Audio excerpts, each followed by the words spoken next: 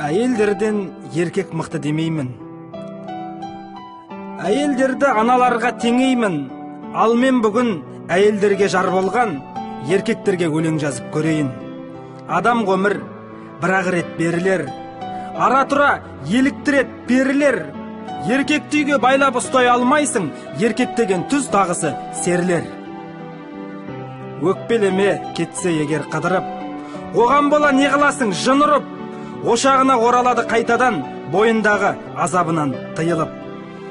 Еркек деген Құдай қосқан жарың ғой, еркек деген байлығыңда барың ғой, білсең егер ұлы сөзде ұят жоқ, еркек деген күнделікті дәрің ғой.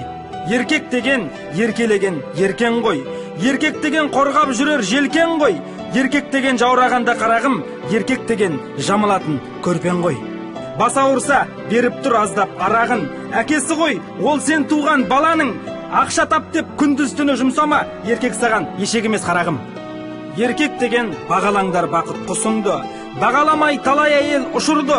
Оттың өзі жылытқанмен сыртыңды, еркектей боп жылыта алмайды ішіңді. Жамандықты еркектерден көреміз, айқайлаймыз, ұрысамыз, сөгеміз. 30 жылдан осырақшалы артық деп бұрын талай айтушы еді әжеміз. Жақсы әйел жөнге салады тентекті, жаман әйел жер қылады еркекті. Еркек деген жаныңның бір жартысы, бағалаңдар, аялаңдар еркекті.